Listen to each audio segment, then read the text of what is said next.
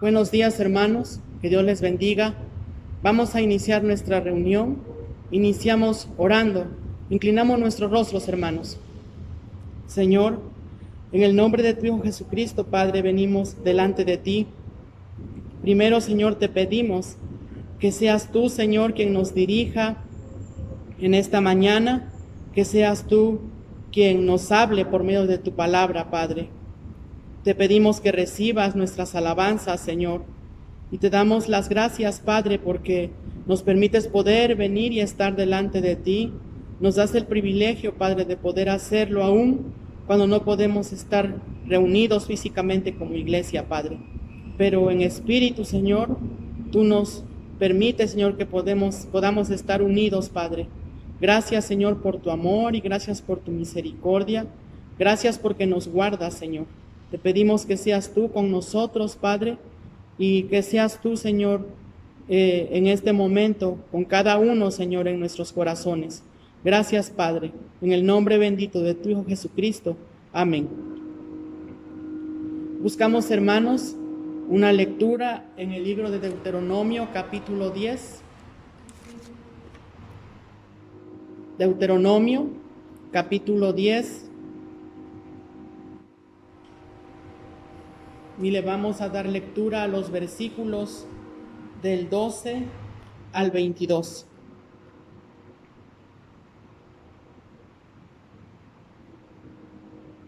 Lo leemos, hermanos. Ahora, pues, Israel, ¿qué pide Jehová tu Dios de ti?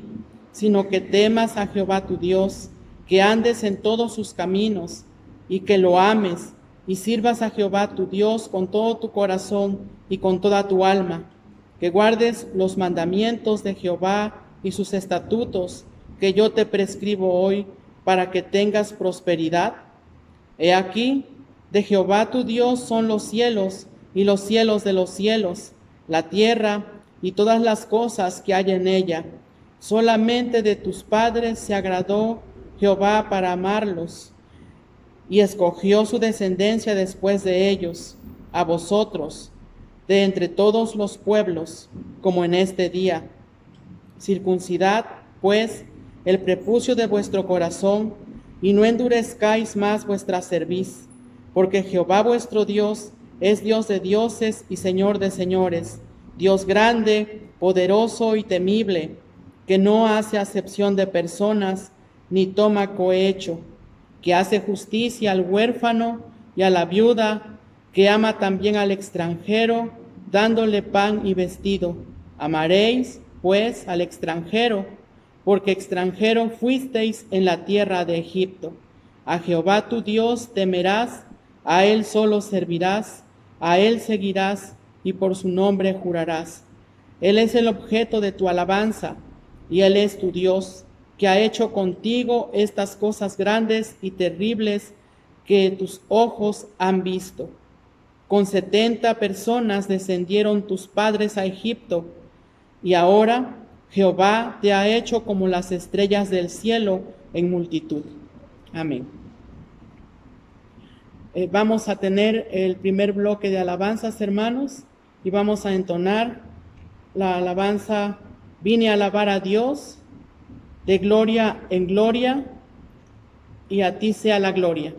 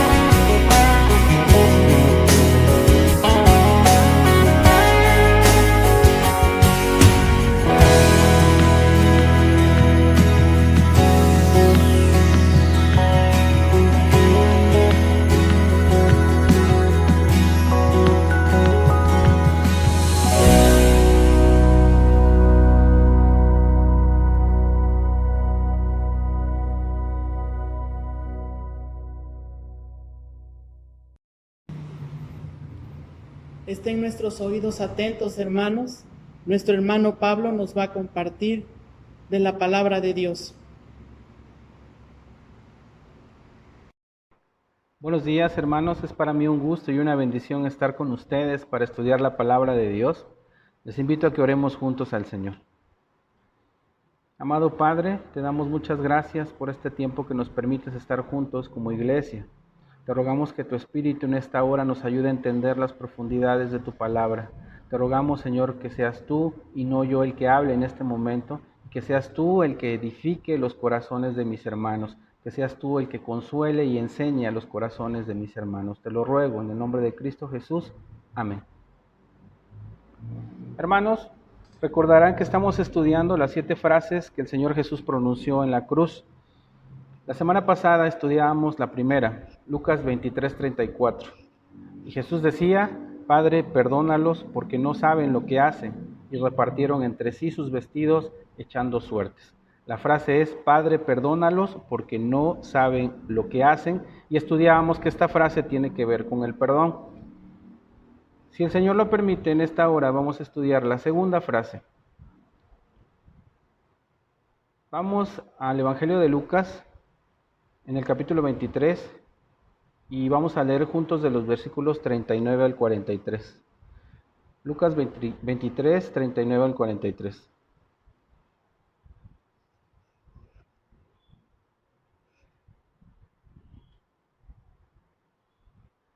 Dice la palabra de Dios: Y uno de los malhechores que estaba colgados le injuriaba diciendo: Si tú eres el Cristo, sálvate a ti mismo y a nosotros.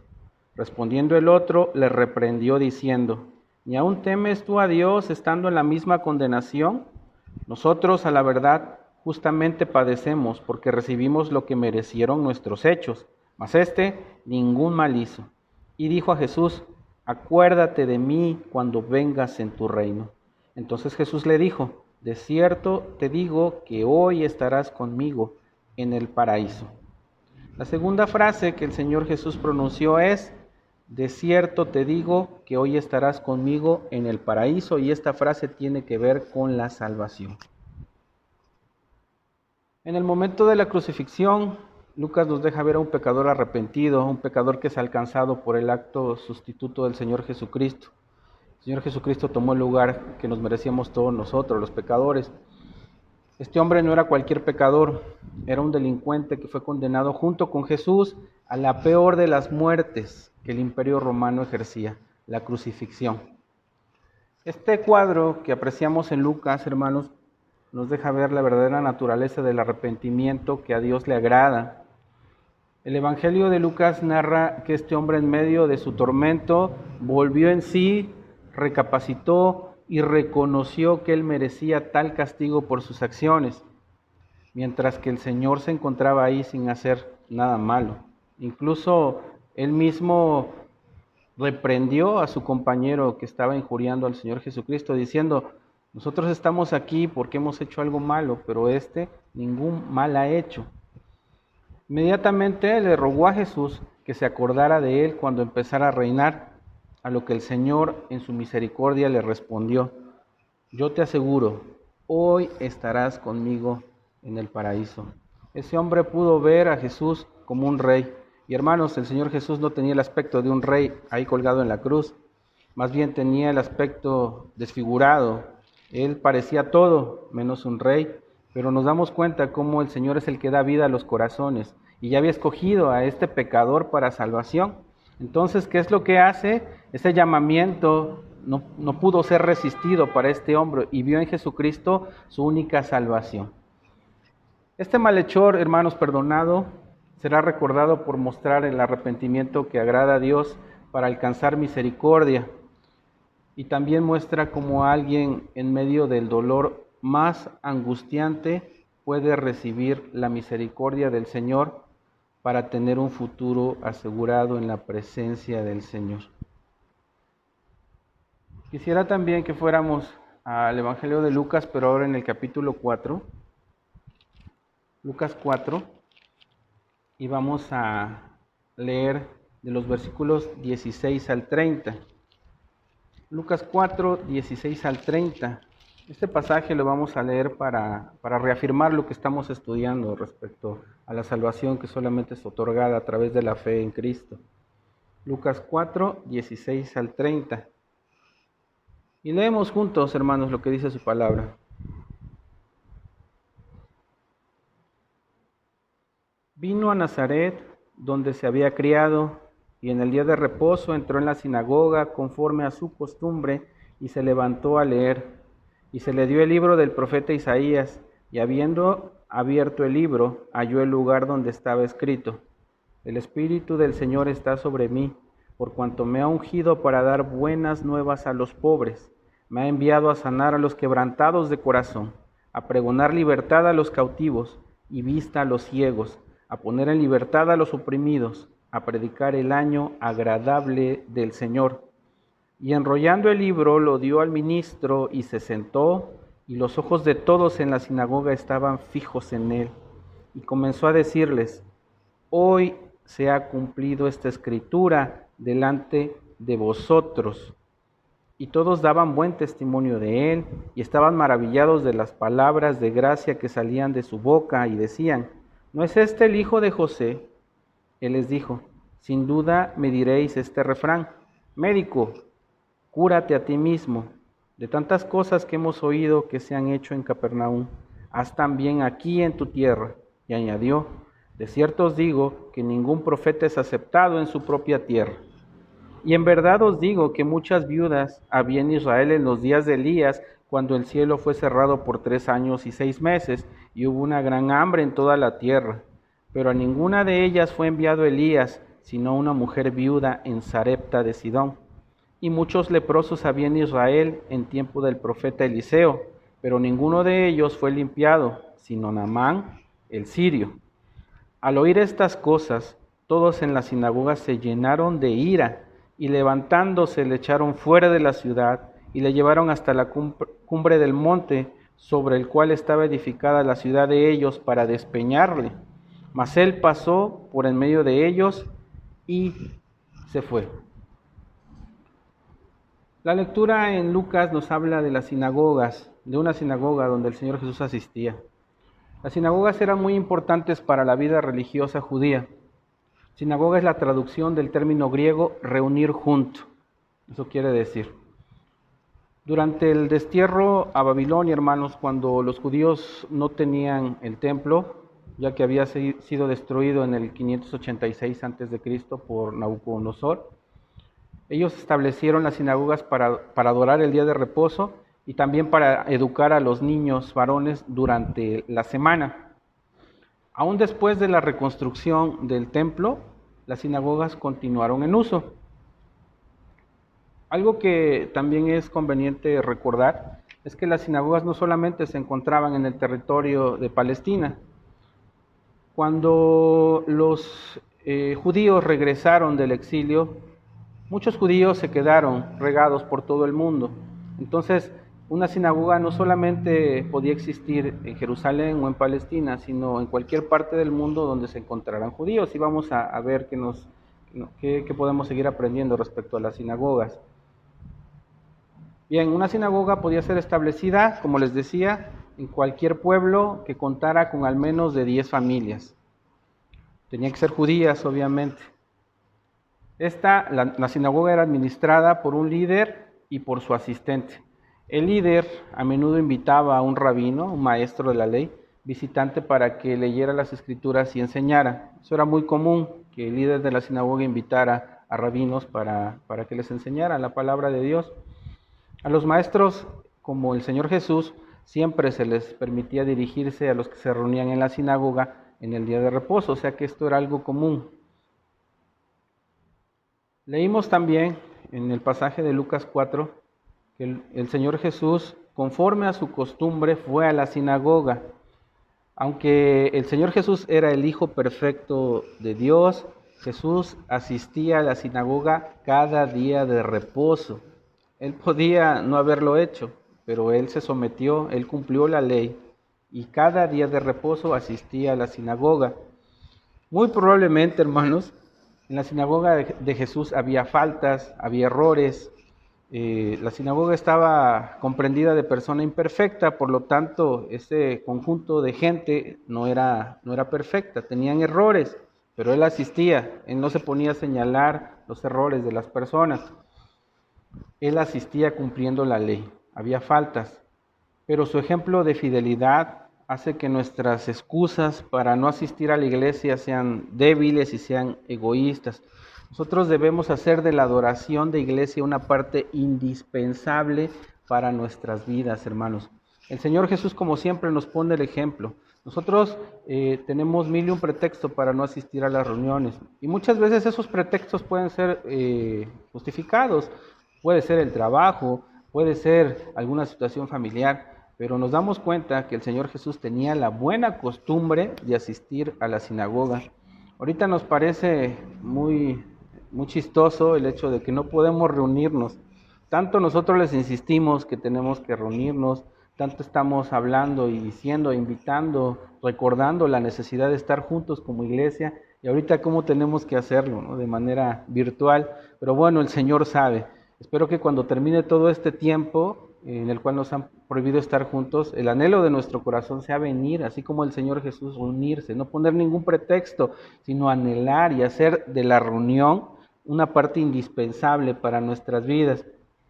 En el momento que el Señor Jesús se puso en pie, Él citó Isaías 61, 1 y 2. Él cita al profeta Isaías en el capítulo 61, versículos 1 y 2. El texto dice: el Espíritu de Jehová, el Señor, está sobre mí, porque me ungió Jehová, me ha enviado a predicar buenas nuevas a los abatidos, a vendar a los quebrantados de corazón, a publicar libertad a los cautivos y a los presos apertura de la cárcel, a proclamar el año de la buena voluntad de Jehová y el día de venganza del Dios nuestro, a consolar a todos los enlutados. En este pasaje podemos ver que Isaías describe el rescate de Israel del destierro en Babilonia como un año de fiesta, como un año de perdón, como un año de gracia, un año de jubileo también se le conoce. Un año en el cual todas las deudas eran canceladas, un año en el cual todos los esclavos eran liberados y las propiedades que eran empeñadas eran devueltas a sus dueños originales. En Levítico 25 podemos encontrar más información respecto a los años de jubileo o los años de gracia. Sin embargo, hermanos, la liberación del cautiverio babilónico no había producido todas estas expectativas. Los judíos aún eran un pueblo dominado, aún era un pueblo oprimido. Por lo tanto, Isaías lo que está haciendo es profetizar la era mesiánica futura. Por eso entonces Jesús con toda autoridad anunció: hoy se ha cumplido esta escritura delante de vosotros. Él se estaba proclamando a sí mismo como el que haría que estas buenas nuevas sucedieran. Él se estaba proclamando como el Mesías prometido. Les estaba diciendo que él mismo era el cumplimiento de todos los profetas. Ellos entendieron muy bien lo que él quiso decir, pero no aceptaron pretensiones tan encumbradas por parte de alguien a quien conocían tan bien. A él lo consideraban solamente como el hijo del carpintero. No creían que Jesús era el cumplimiento de las profecías. Hermanos, la persona arrepentida, aquella que reconoce que es pecadora y se vuelve de su pecado, es el objeto del llamado del Señor Jesús. Por otro lado, la persona que es pecadora pero piensa que es justa, rehúsa reconocer su necesidad de arrepentimiento. Recordemos qué pasó con el malhechor en la cruz. Su corazón fue tocado, su corazón fue llamado y no pudo él hacer nada en contra de ese llamado, no pudo rechazar el llamado que el Señor le hizo. Él vio en Jesucristo como su único medio de salvación. Y era lo que Jesucristo les estaba compartiendo a los de Nazaret cuando se puso al frente en la sinagoga. Yo soy el Salvador, yo soy el cumplimiento de las promesas. Solo en mí encontrarán la salvación. Primera de Timoteo 1:15, no lo busquen, lo voy a leer. Palabra fiel y digna de ser recibida por todos, que Cristo Jesús vino al mundo para salvar a los pecadores, de los cuales yo soy el primero, dice el apóstol Pablo.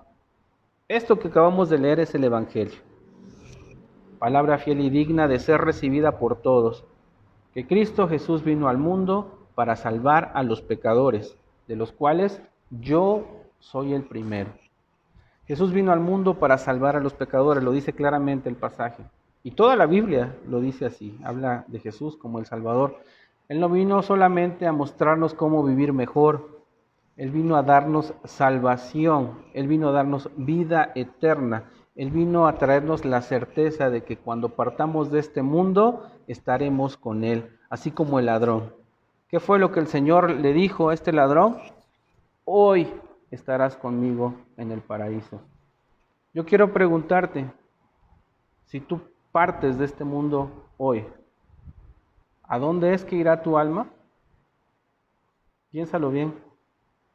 Y si todavía hay en tu corazón alguna duda, tu corazón alberga una duda, ponte a cuentas con el Señor Jesús. Ponte a cuentas con Dios a través de Cristo. Estamos estudiando cómo un corazón fue tocado de un hombre que se dedicó a hacer toda su vida lo malo y estaba pagando ahí en la cruz este malhechor por todo lo que hizo. ¿Sí? Pero en el último momento de su vida, él vio a Jesucristo como su Salvador. El Señor puso vida en ese corazón que se encontraba muerto. Entonces, hoy es el día de salvación. Quisiera ahora que estudiáramos la tercera palabra que el Señor Jesús dijo cuando se encontraba en la cruz. Y para esto vamos a ir a Juan capítulo 19.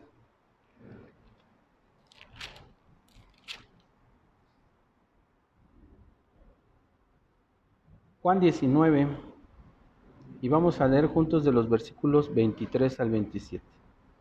Juan 19, 23 al 27.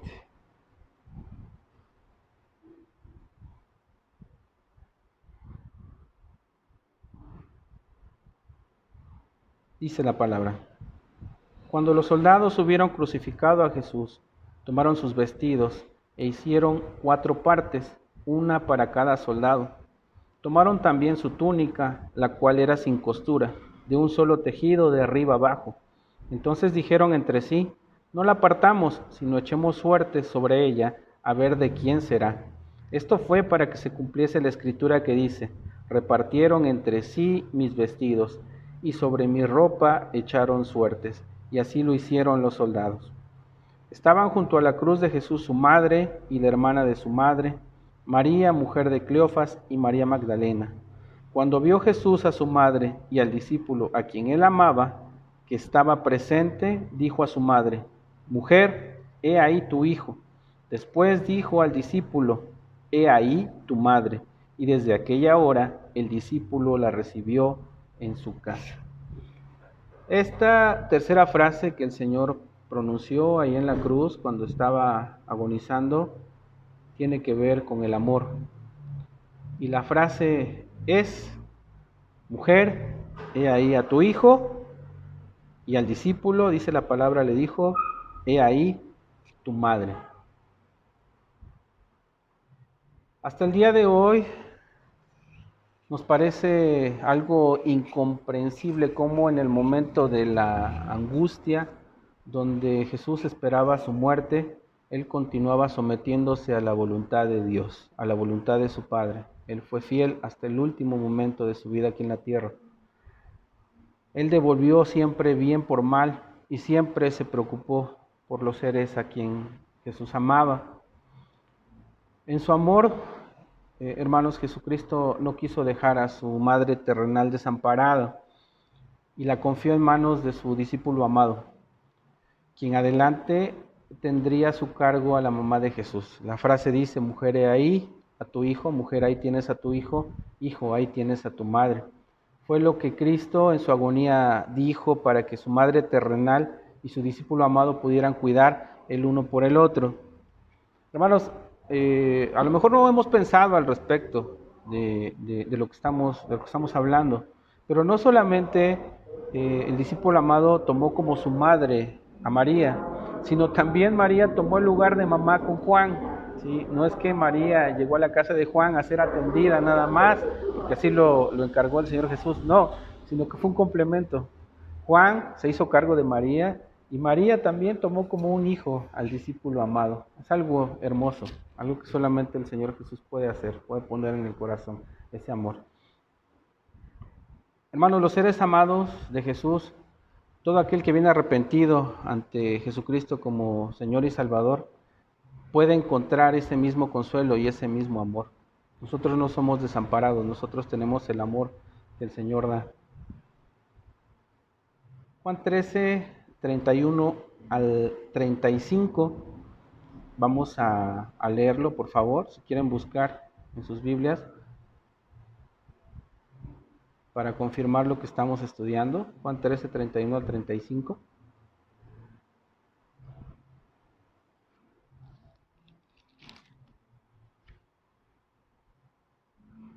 Dice la palabra: entonces, cuando hubo salido, dijo Jesús: ahora es glorificado el Hijo del Hombre, y Dios es glorificado en él. Si Dios es glorificado en él, Dios también le glorificará en sí mismo, y enseguida le glorificará.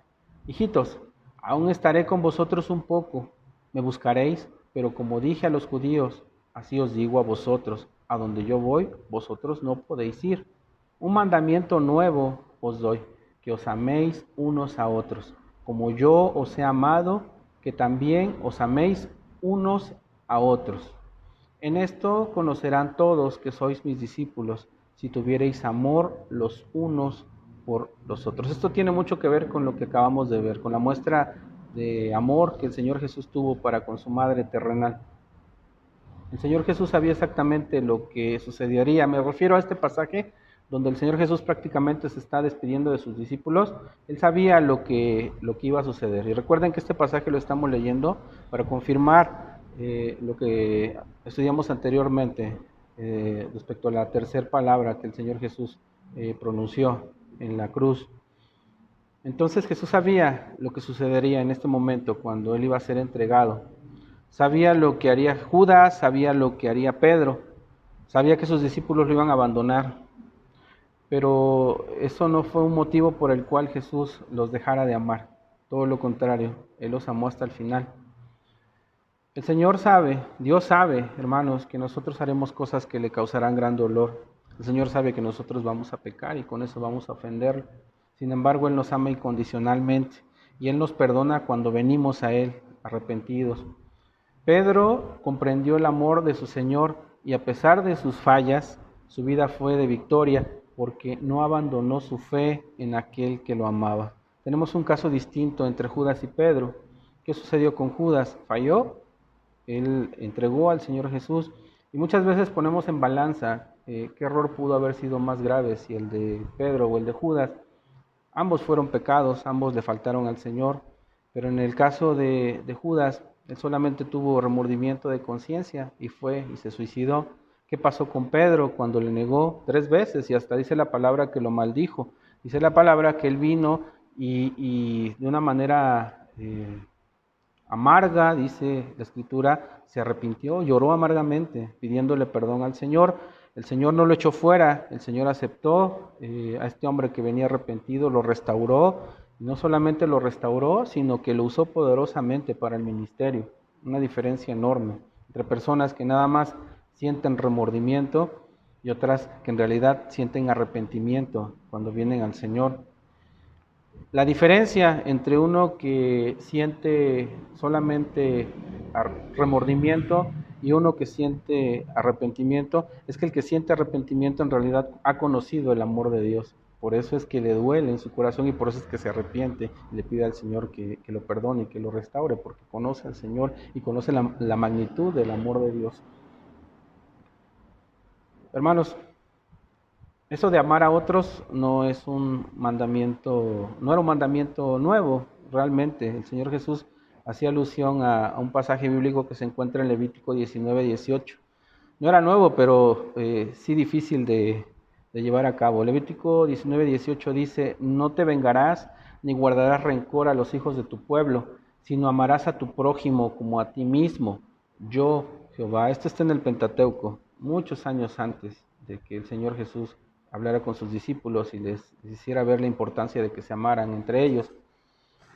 Entonces, no era un mandamiento nuevo, ya vimos que se encuentra en Levítico 19:18, pero amar de la manera que Cristo amaba era algo inusitado, algo que casi no se practicaba y algo a lo cual nosotros hemos llamado a obedecer. Hermanos, como creyentes debemos amar a los demás con el mismo tipo de amor que Jesús tiene por nosotros. ¿Cómo demostramos que conocemos al Señor? Amando a nuestros semejantes, amando a nuestros hermanos de la iglesia, amando a las personas que nos hacen mal. Amar de esa manera no solo llevará a los no creyentes a Cristo, sino también va a mantener a los creyentes fuertes y unidos en un mundo que es hostil a Dios. Queremos demostrar con nuestras vidas que creemos y amamos a Dios, pues tenemos que amar a nuestros semejantes, a nuestros prójimos. En el verso 35 del pasaje que leímos de Juan, Jesús dice, que nuestro amor demostrará que somos sus discípulos. El pasaje que acabamos de leer de Juan 13, 31 al 35. Haciendo referencia al versículo 35, Jesús dice que nuestro amor demostrará que somos sus discípulos. Si en realidad tenemos ese amor, demostramos ese amor, vivimos en ese amor, entonces podemos decir que somos hijos de Dios. El amor es más que un sentimiento de afecto, es más bien una actitud que se muestra con acciones. ¿Cómo podemos nosotros, hermanos, amar a otros de la manera que Jesús nos amó a nosotros? Bien, lo hacemos cuando brindamos ayuda, aunque nos cause incomodidad. Muchas veces nosotros dejamos de amar a los hermanos o a nuestros semejantes cuando creemos que ese amor nos va a llevar a hacer algo que nos incomode o que nos moleste, entonces decidimos no hacerlo. Bien, tenemos que hacer todo lo contrario, debemos brindar esa ayuda, ese apoyo, aunque a nosotros nos cause incomodidad, ya sea a nuestros hermanos en la fe, que dice la palabra que es a los primeros con los cuales tenemos que mostrar este amor, y después con las personas que nos rodean. Amarlos, brindar ayuda, brindar apoyo, aunque nos cause cierta incomodidad. Cuando buscamos el bienestar de otros en lugar nuestro, de esa manera también podemos demostrar que amamos a Dios.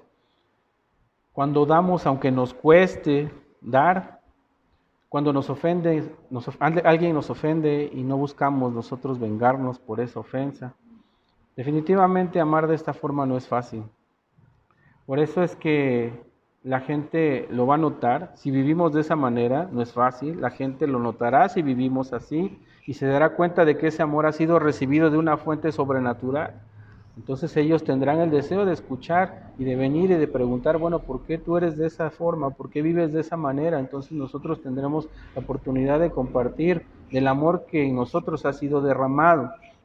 Así como Jesús fue el ejemplo viviente del amor de Dios, nosotros debemos ser el ejemplo del amor de Jesús.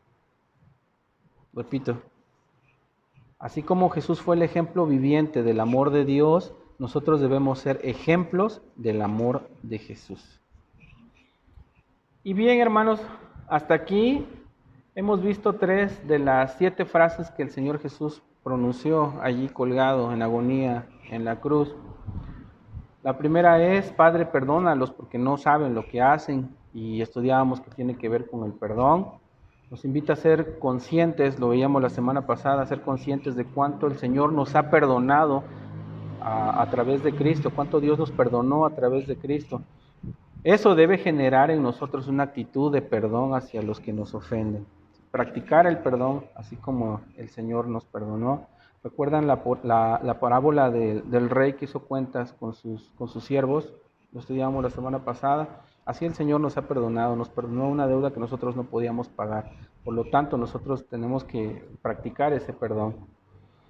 La segunda frase que estudiamos el día de hoy es: de cierto te digo que hoy estarás conmigo en el paraíso, y tiene que ver con la salvación.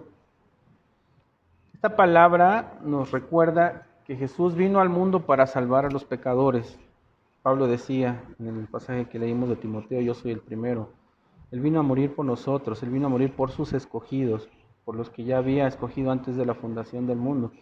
Él no vino solamente a mostrarnos una mejor manera de vivir, cómo ser mejores, como hay muchas religiones, que eso es lo que te predican, pero no te hablan de un arrepentimiento.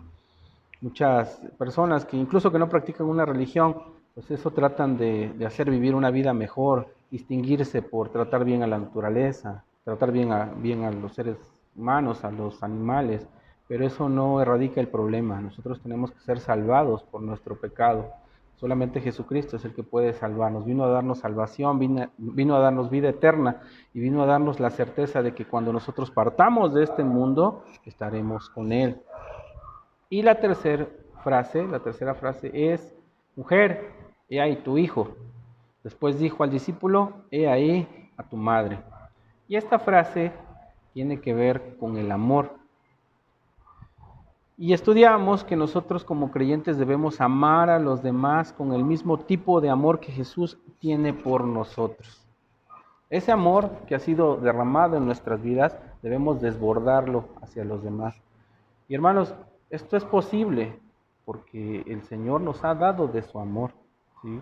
¿Requiere sacrificio? Pues sí, el mismo Señor se sacrificó y hasta la cruz llegó por amor a nosotros. ¿Requiere sacrificio? Sí, sí requiere sacrificio, pero a eso nosotros hemos sido llamados, a mostrar el amor que Dios a través de su Hijo derramó en nuestras vidas.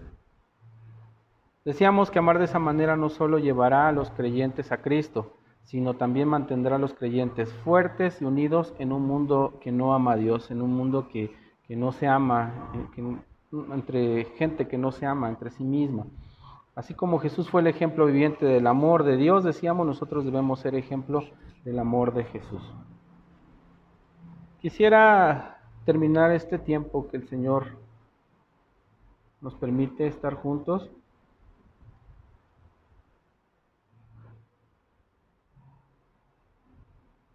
con una lectura, algo que escribió el hermano Juan Calvino hace unos siglos atrás.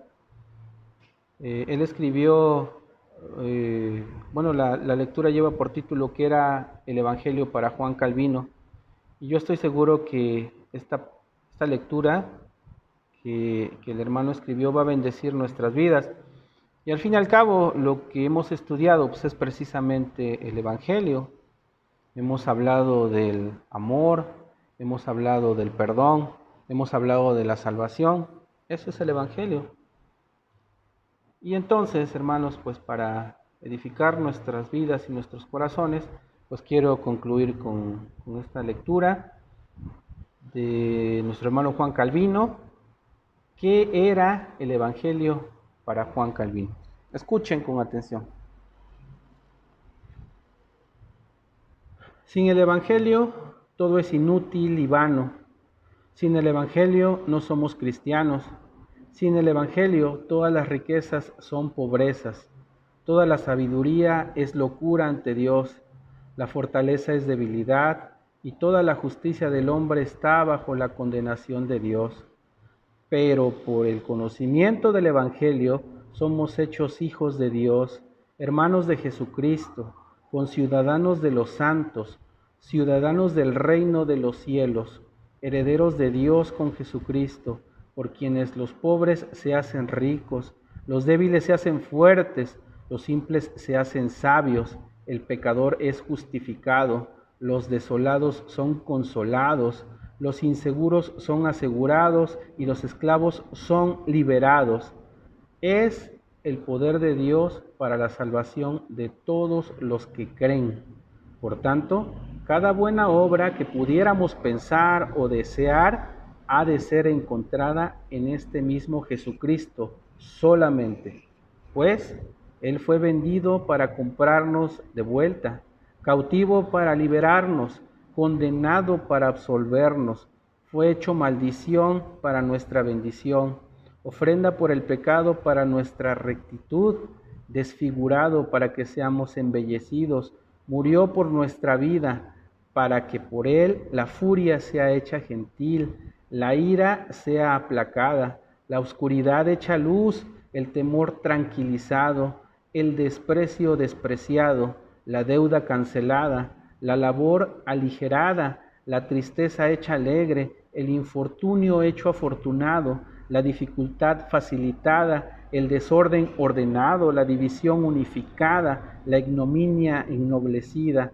la rebelión sometida, la intimidación intimidada, la emboscada descubierta, los asaltos asaltados, la fuerza forzada de vuelta, el combate combatido, guerra declarada contra la guerra, la venganza vengada, el tormento atormentado, la maldición maldita, el abismo hundido en el abismo, el infierno atravesado, la muerte muerta, la mortalidad hecha inmortalidad. Qué bellas palabras de nuestro hermano Juan Calvino. Yo espero en el Señor que todo lo que hemos estudiado conforte en nuestros corazones, hermanos. Les mando un fuerte abrazo. Que el Señor les bendiga.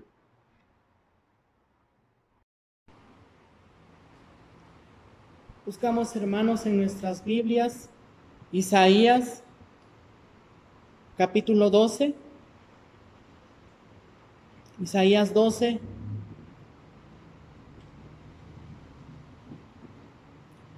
En aquel día dirás, cantaré a ti, oh Jehová, pues aunque te enojaste contra mí, tu indignación se apartó y me has consolado.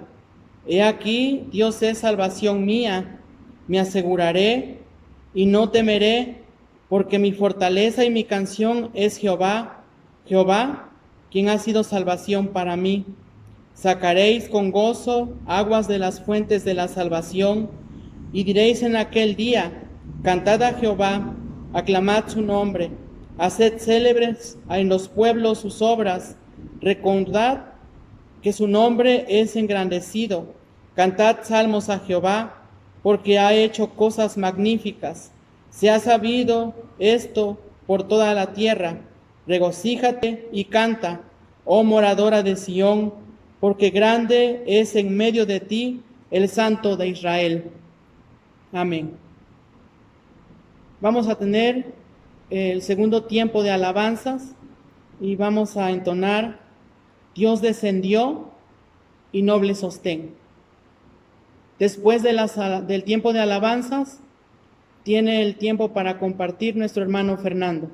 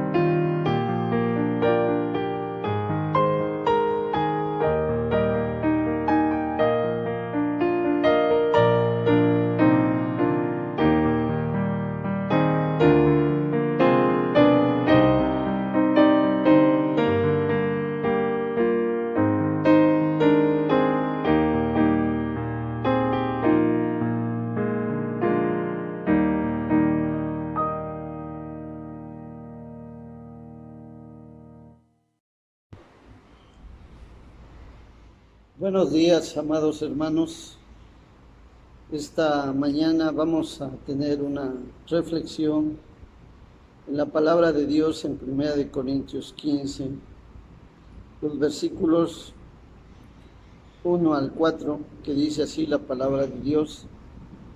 Además, os declaro, hermanos, el evangelio que os he predicado, el cual también recibisteis, en el cual también perseveráis, por el cual asimismo, si retenéis la palabra que os he predicado, sois salvos si no creísteis en vano, porque primeramente os he enseñado lo que asimismo recibí, que Cristo murió por nuestros pecados conforme a las Escrituras, y que fue sepultado y que resucitó al tercer día conforme a las Escrituras.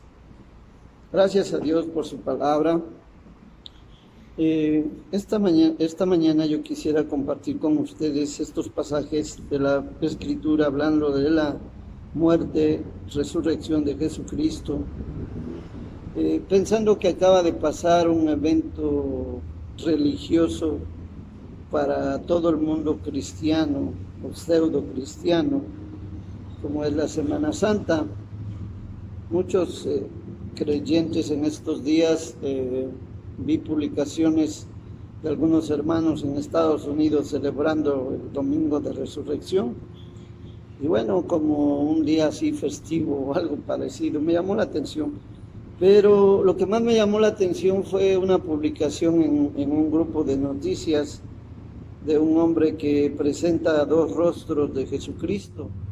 Uno de un hombre que todos conocemos, muy amoroso, tipo europeo, de barba y cabello largo, y otro un tipo de acuerdo a las características judías, aunque un poco mal encarado, y me llamó la atención. Dije, no, pues no se parecen nada, y empezó algo ahí como una especie de discusión sobre la apariencia de Jesucristo, hasta que apareció en escena una persona que negó completamente la existencia de Jesús. Ahí fue donde yo entré y me puse a dialogar con él, haciéndole ver las evidencias que hay de la existencia de Jesucristo. No podía yo creer que hubiera una persona que negara la existencia de Jesucristo, pero así es. Entonces, este hombre, le decía yo algunas publicaciones en las que aparece, pues que la historicidad de Jesucristo, como algunos escritores como Flavio Josefo, Tácito o Plinio el Joven escribieron abundantemente o escribieron acerca de este asunto.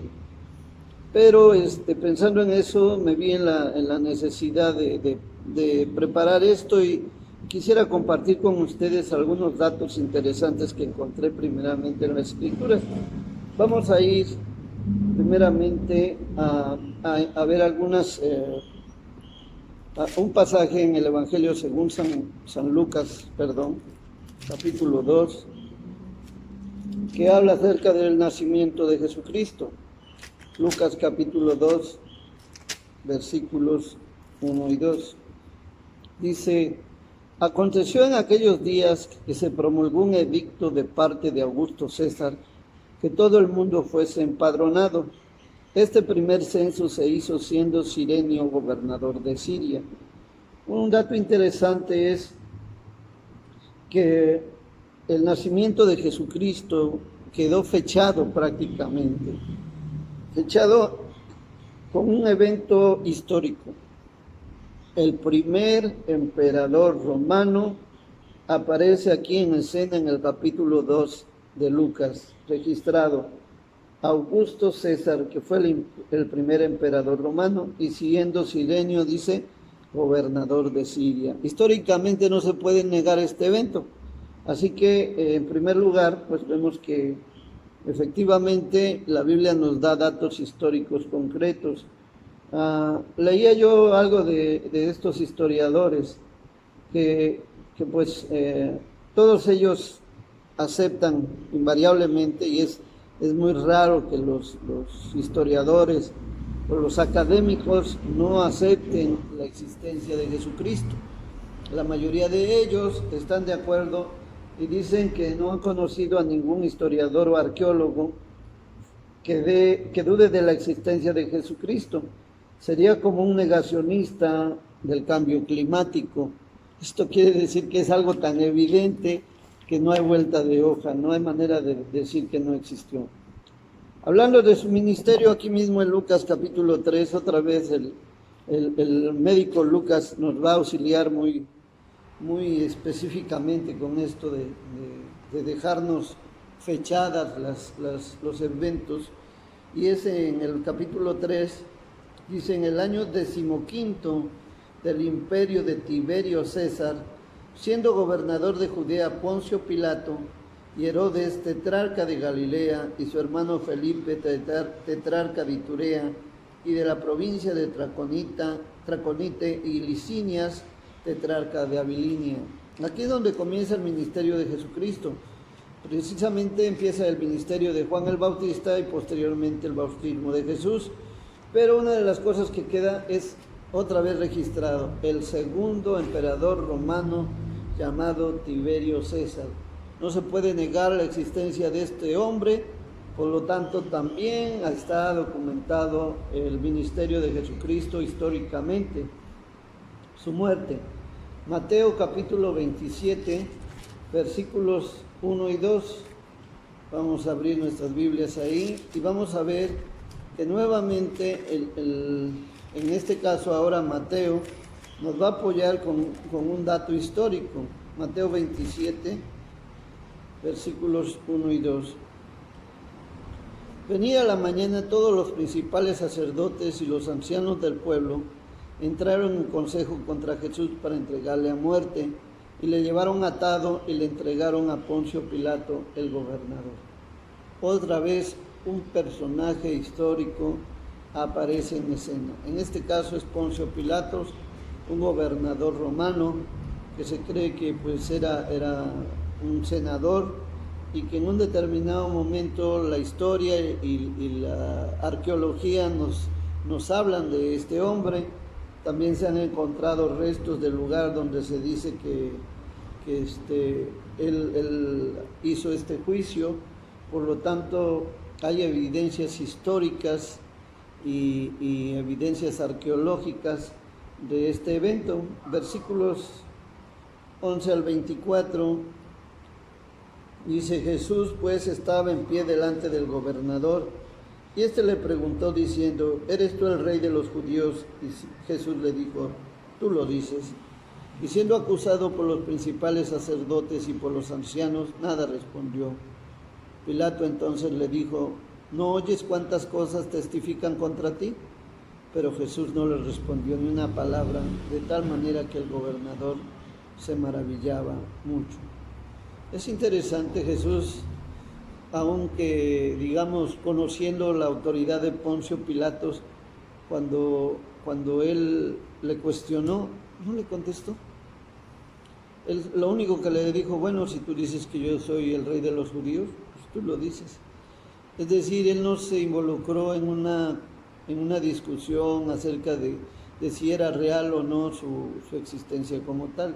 Él ya había dado su versión ante las autoridades religiosas y les había dicho quién era, y ellos dijeron que era digno de muerte por eso. Entonces, vemos que hasta antes de su crucifixión todo queda documentado. Es más, el lugar llamado de la Calavera, donde fue crucificado, ha sido motivo de excavaciones y de pruebas arqueológicas que han demostrado la veracidad de que en ese lugar se llevaban a cabo ejecuciones por los romanos. Así que podemos decir que históricamente está comprobada el nacimiento, el ministerio y la muerte de Jesucristo, independientemente de los otros aspectos que vamos a citar ahora. Vamos a hablar ahora de la resurrección. La resurrección es un tema bastante difícil ¿cómo digamos?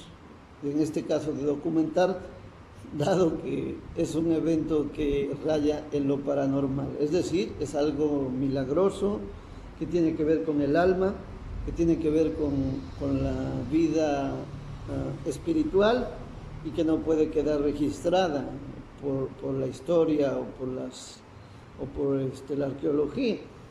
Pero tenemos en primer lugar pues una tumba vacía que, aunque no se puede autenticar que haya sido la que se ocupó para enterrarlo, vamos a ver algunos aspectos de esta tumba. Mateo 28, versículos 1 al 8. Dice así la palabra de Dios: pasado el día de reposo, al amanecer del primer día de la semana, vinieron María Magdalena y la otra María a ver el sepulcro. Y hubo un gran terremoto, porque un ángel del Señor, descendiendo del cielo y llegando, removió la piedra y se sentó sobre ella. Su aspecto era como relámpago y su vestido blanco como la nieve. Y de miedo de él los guardias temblaron y se quedaron como muertos. Mas el ángel respondiendo dijo a las mujeres: no temáis vosotras, porque yo sé que buscáis a Jesús, el que fue crucificado. No está aquí, pues ha resucitado, como dijo. Venid, ved el lugar donde fue puesto el Señor. Ahí pronto decid a sus discípulos que ha resucitado de los muertos, y que aquí va delante de vosotros a Galilea, allí le veréis. He aquí os lo he dicho. También en Marcos capítulo 16, versículos 1 y 8, es la misma narración prácticamente.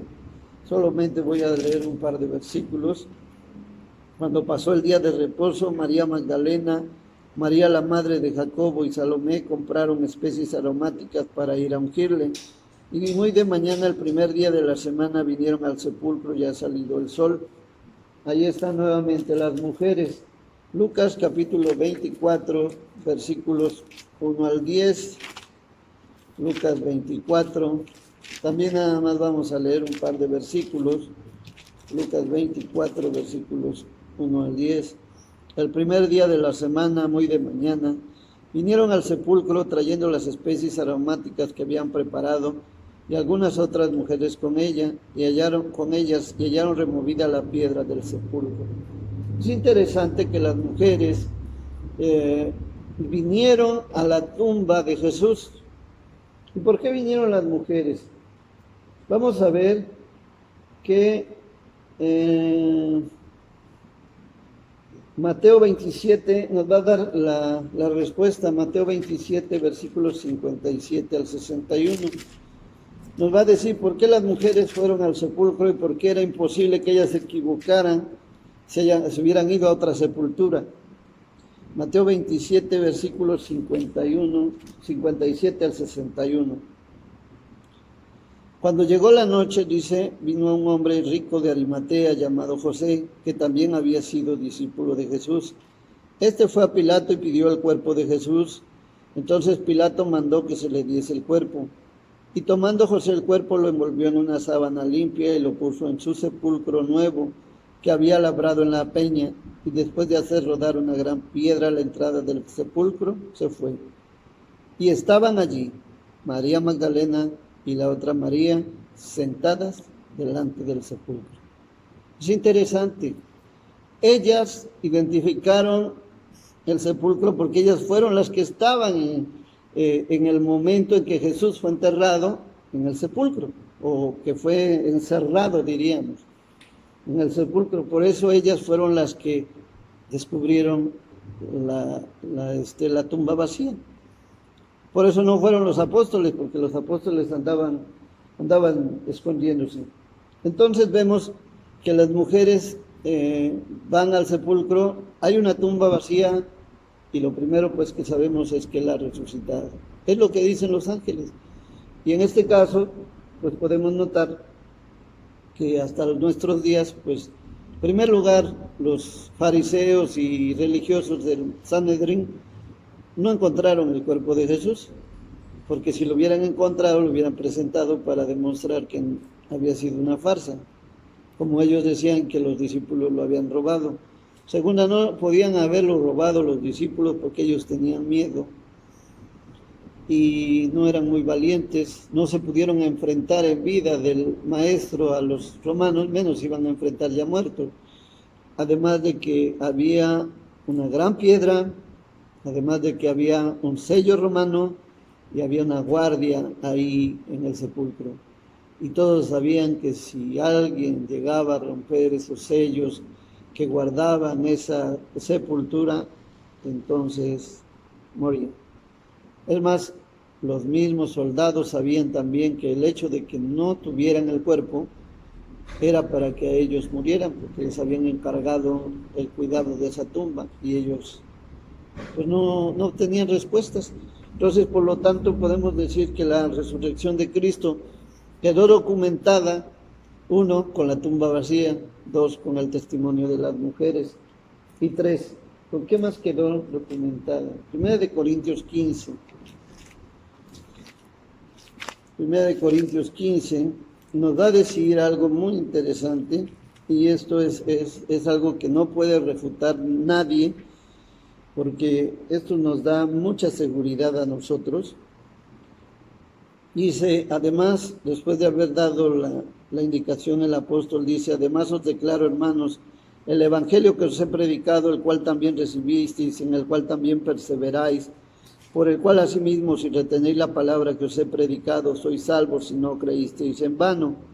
Porque primeramente os he enseñado lo que asimismo recibí, que Cristo murió por nuestros pecados conforme a las Escrituras, y que fue sepultado y que resucitó al tercer día conforme a las Escrituras, y que apareció a Cefas, y después a los 12.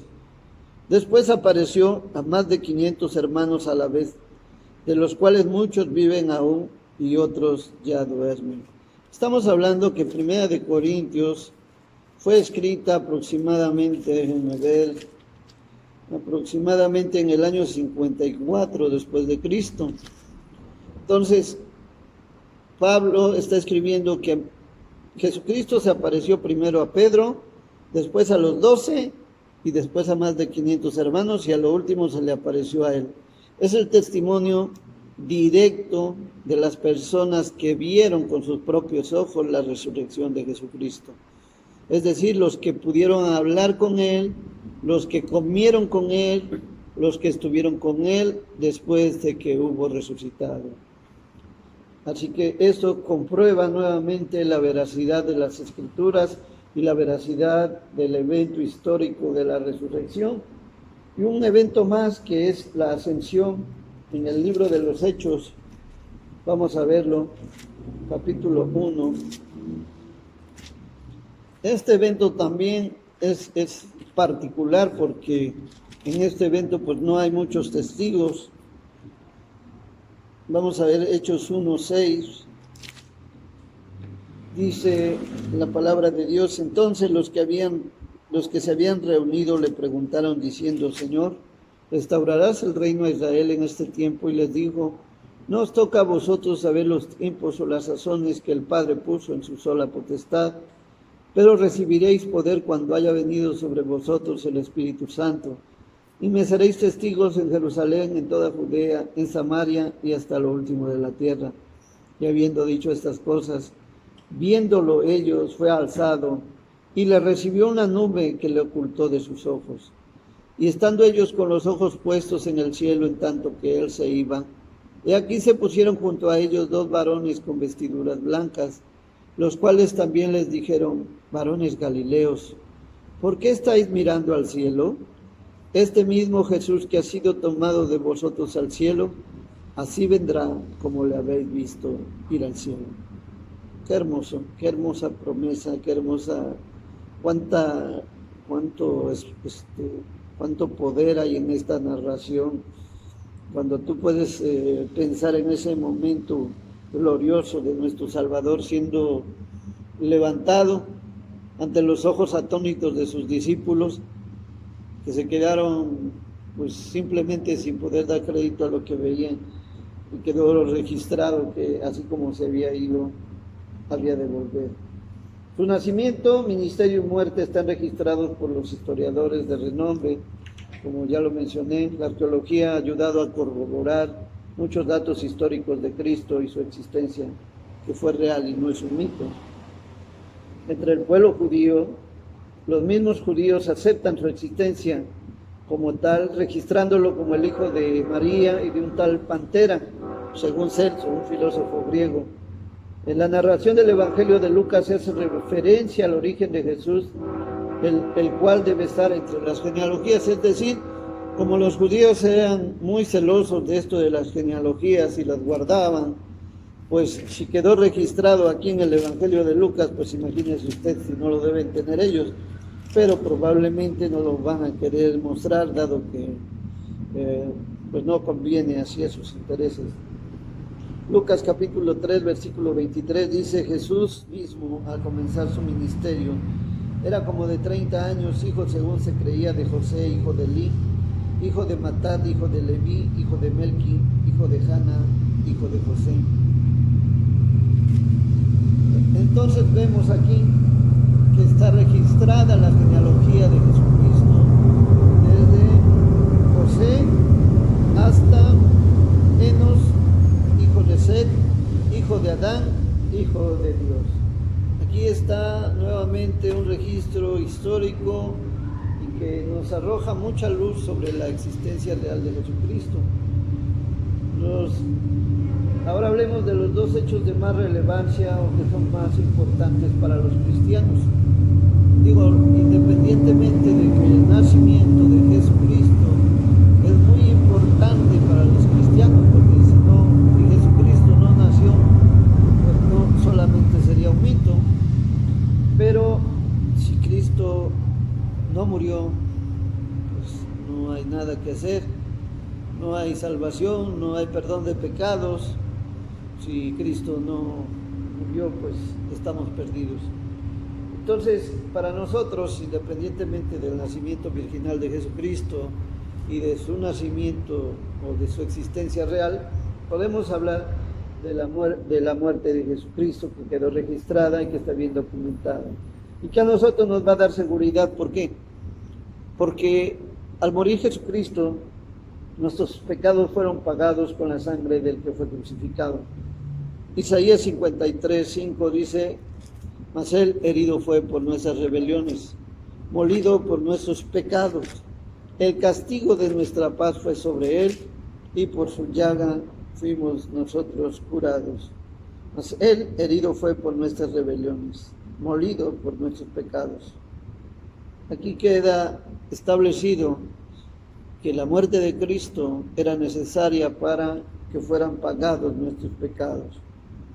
También, pero ahora en el libro de Romanos, capítulo 6, vamos a ver que debido a esa muerte en la cruz, ahora ya no existe registro ante Dios de nuestra deuda, ya que nosotros morimos en la cruz cuando Cristo fue crucificado. Romanos capítulo 6, versículos 3 al 10. Romanos 6, 3 al 10. Dice así la palabra de Dios: ¿no sabéis que todos los que hemos sido bautizados en Cristo Jesús hemos sido bautizados en su muerte?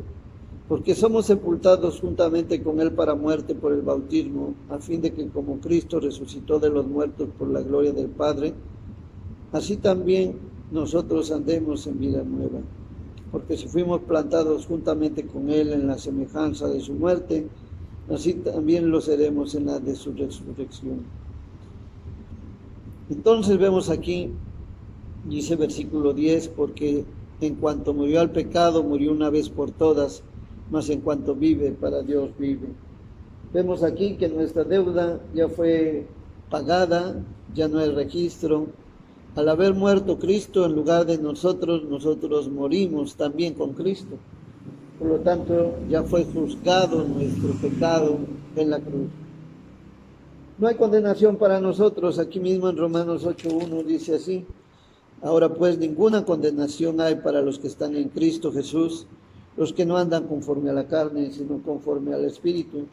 Y en Romanos 5, versículos 8 y 9 dice: mas Dios muestra su amor para con nosotros, en que siendo aún pecadores, Cristo murió por nosotros, pues mucho más estando ya justificados por su sangre, por él seremos salvos de la ira.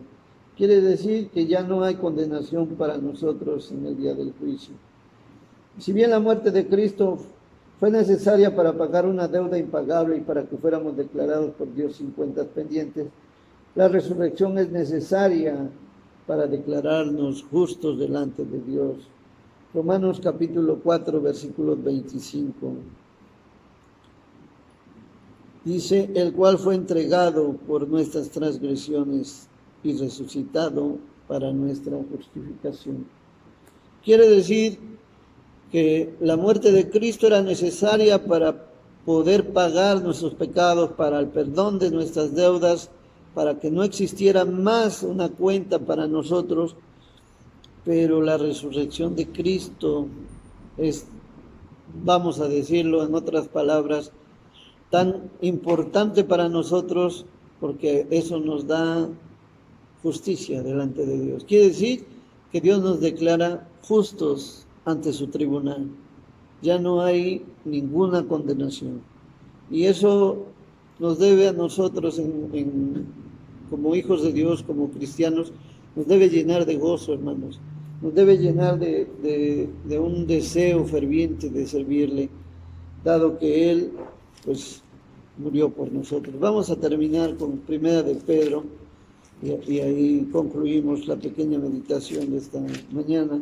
Primera de Pedro, capítulo 1, versículos 17 al 23. Dice, Primera de Pedro 17 al 23, dice, y si invocáis por Padre a aquel que sin acepción de personas juzga según la obra de cada uno, conducíos con temor todo el tiempo de vuestra peregrinación, sabiendo que fuisteis rescatados de vuestra vana manera de vivir, la cual recibisteis de vuestros padres, no con cosas corruptibles como oro o plata, sino con la sangre preciosa de Cristo, como de un cordero sin mancha y sin contaminación, ya destinado desde antes de la fundación del mundo, pero manifestado en los postreros tiempos por amor de vosotros, y mediante el cual creéis en Dios, que le resucitó de los muertos y le ha dado gloria, para que vuestra fe y esperanza sean en Dios, habiendo purificado vuestras almas por la obediencia a la verdad, mediante el Espíritu para el amor fraternal no fingido.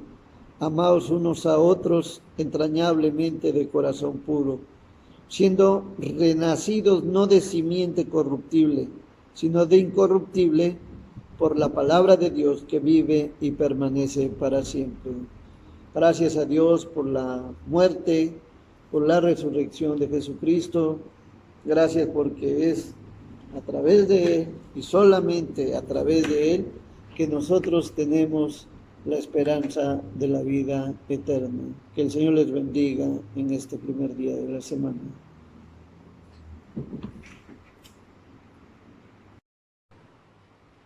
Gracias a nuestro Dios, hermanos, que nos ha permitido escuchar su palabra. Vamos a dar gracias a nuestro Dios y terminamos con 2 versículos.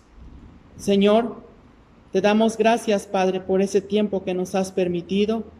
Gracias, Padre, por la vida de cada uno de mis hermanos, Señor, que a distancia, Señor, pero nos permites alimentarnos de tu palabra. Y gracias porque tu Espíritu nos une, Señor. Guarda nuestras vidas, guarda la vida de mis hermanos, guarda la vida de mis hermanos, Señor, que padecen, que tienen algún malestar, que están pasando por alguna enfermedad. Restablece sus cuerpos, Señor, y permite que ellos puedan estar confiando, Señor, en ti, Padre. Gracias, Señor, por tu amor y gracias por tu misericordia. Gracias, Padre, porque tú nos sostienes, Señor, y porque en ti eres el único, Señor, en quien podemos confiar. Gracias, Padre, en el nombre de tu Hijo Jesucristo. Amén. Vamos a leer 2 de Corintios capítulo 13, versículos 11 al 14. Por lo demás, hermanos, tened gozo, perfeccionaos, consolaos, sed de un mismo sentir y vivid en paz, y el Dios de paz y de amor estará con vosotros. Saludaos unos a otros con ósculo santo. Todos los santos os saludan. La gracia del Señor Jesucristo, el amor de Dios y la comunión del Espíritu Santo sea con todos vosotros. Amén. Que Dios les bendiga, hermanos.